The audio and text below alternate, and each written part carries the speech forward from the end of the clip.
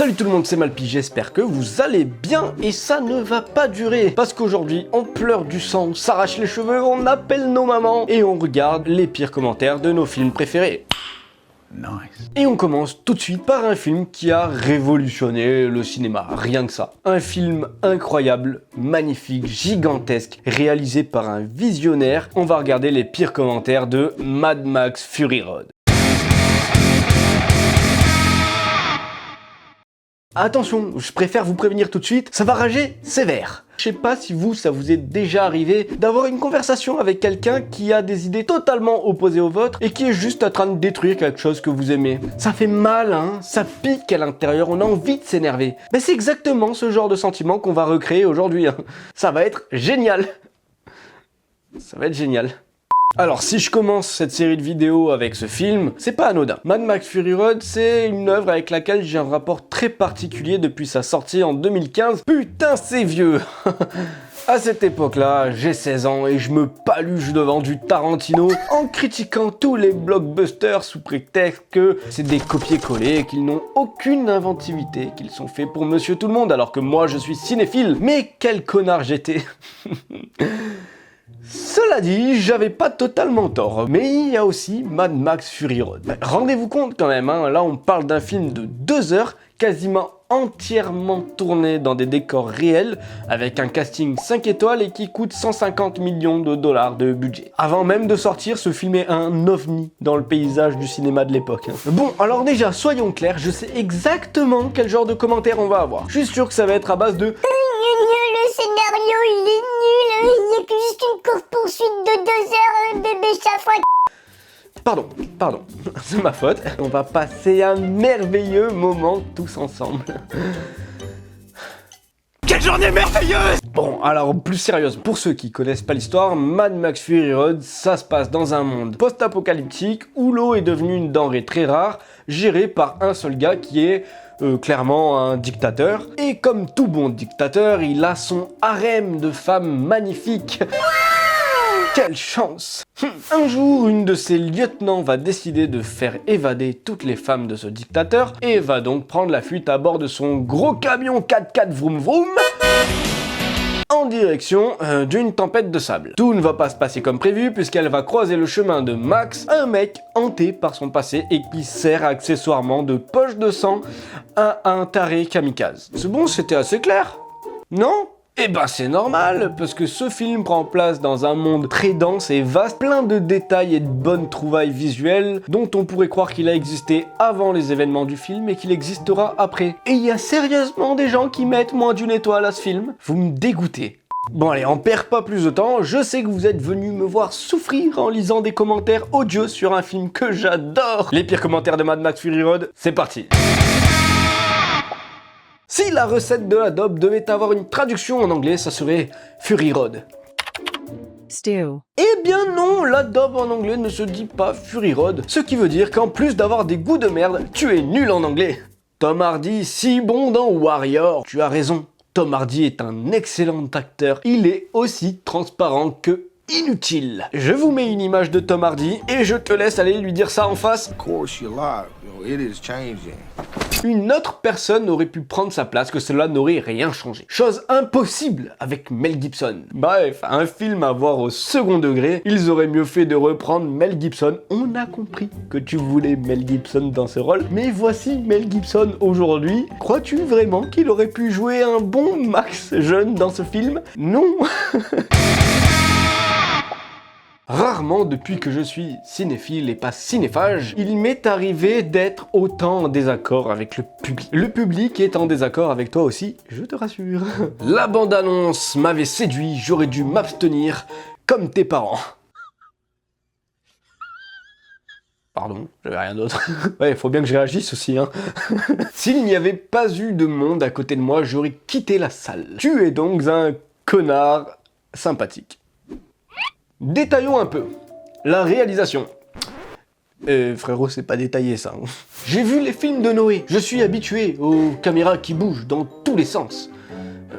Ouais, d'accord. L'image est hideuse. Les couleurs sont poussées à l'extrême. Ça bouge en permanence. C'est une horreur sur le plan visuel. une image de Mad Max. Je te respecte, hein, mais je te déteste pour avoir dit ça. Miller envoie une tonne de cascades débiles et non-sensiques qui donnent mal au crâne. Non-sensique, mot compte double au scribe. Le scénario, comment dire, 3 points d'interrogation, je vois que tu es très interrogatif. Même les pires séries B ou un semblant d'histoire. Ici, il n'y a rien. Je suis désolé, j'ai envie de le dire comme ça. Il y a un type capturé par des sbires d'un gros méchant, il se retrouve avec l'ancien lieutenant du gros méchant à lutter contre ce gros méchant. Voilà le scénario du film. Oui, c'est débile. Alors déjà, ça fait beaucoup de répétitions du mot méchant pour quelqu'un qui utilise le terme non-sensique. Ensuite, c'est un peu bâtard ce que tu fais, non? Parce qu'on peut résumer tous les films comme ça, ils auront l'air nuls à chier. C'est l'histoire d'un jeune lion, son papa lion il est mort, alors c'est son tonton lion qui devient le roi, et lui il revient, il tue son tonton lion, il devient le roi. C'est le Roi Lion, quel film de merde! Le Roi Lion, on peut le faire avec d'autres films, hein? Oui, bah c'est l'histoire d'un gros bateau, il tape dans un gros rocher en glace et puis il coule. Titanic, connard! Scénario inexistant. Tout part dans tous les sens pour combler le vide abyssal de son scénario. Miller multiplie les cascades, toutes plus débiles les unes que les autres. Mais qui a pu bien avoir l'idée de créer des personnages aussi débiles? On se le demande. Non mais sérieux quoi, ils sont débiles, ils essaient de survivre. Laissez-vous tuer. Enfin, c'était Bourvil. Mais enfin, tu es quand même pas ton fils, hein. Si tu kiffes cette vidéo et que tu veux me le faire savoir, n'hésite pas à lâcher ton plus beau like, à t'abonner à la chaîne et à activer la cloche pour être au courant de toutes les prochaines sorties. Et c'est reparti.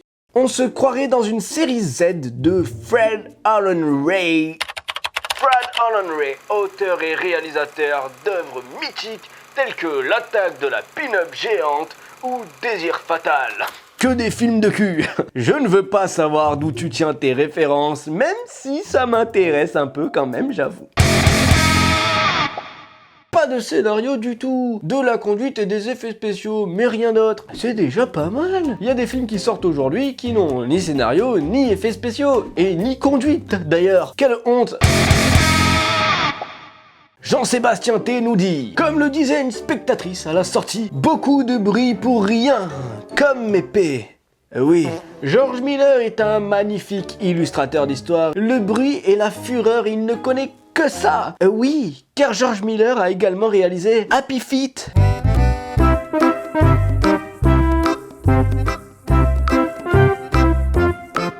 Vous voyez bien qu'il s'agit d'un film furieux. Que ceux qui ont cru voir un scénario lèvent la main. Moi, Jean-Sébastien. Spoiler! Alors là, faut qu'on parle d'un truc. Quand quelqu'un commence sa phrase par spoiler, il y a 90% de chances qu'il dise une connerie derrière.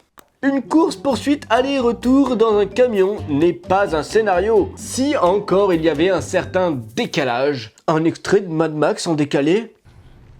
My name is Max. C'est pas génial. Tous ceux qui n'ont pas aimé critiquent toujours le scénario. Mais sérieux, dans un film, il n'y a pas que le scénario. Et puis le scénario, c'est pas que des dialogues en plus. Je veux dire, à la base, le cinéma, c'est show, don't tell. Ça veut dire montre, ne dis pas. T'as déjà vu un film de Charlie Chaplin? Il n'y a pas de dialogue et pourtant ça raconte 1 milliard de choses et même souvent beaucoup plus que des films qui ont plein de dialogues. Il suffit de un regard sur un acteur dans ce film et on comprend toute l'histoire de son personnage. Si on regarde Immortan Joe par exemple, le méchant du film, on voit qu'il porte un masque effrayant. Mais ce masque finalement il lui sert juste à respirer et donc à cacher une faiblesse. Il porte également plein de médailles militaires qu'il s'est probablement auto-décernées comme tout bon dictateur qui se respecte. Il a un plastron transparent laissant apparaître son corps comme s'il était musclé alors qu'en fait on voit très vite dans le film qu'il est flasque et plein de pustules dégoulinantes. Et le plus important, quand on baisse les yeux, tout de suite on voit qu'il porte une coquille immense avec 2 bons gros flingues qui pointent vers son zboob pour bien montrer que c'est lui l'homme dominant et que c'est lui qui va se reproduire avec toutes les femmes de son harem. Donc en un coup d'œil sur Immortan Joe, on comprend tous les enjeux du film. C'est un mec qui se prétend avec un zboob démesuré, qui est là juste pour féconder de la meuf et qui essaie de paraître plus fort qu'il ne l'est parce qu'à l'intérieur il est juste faible et décrépit. Donc ceux qui critiquent Mad Max Fury Road parce que il n'y a pas de scénario, il n'y a pas d'histoire, mais sortez-vous le balai que vous avez dans le cul, bordel. C'était hyper violent. Je suis désolé, je vous aime. Mettez un pouce en l'air.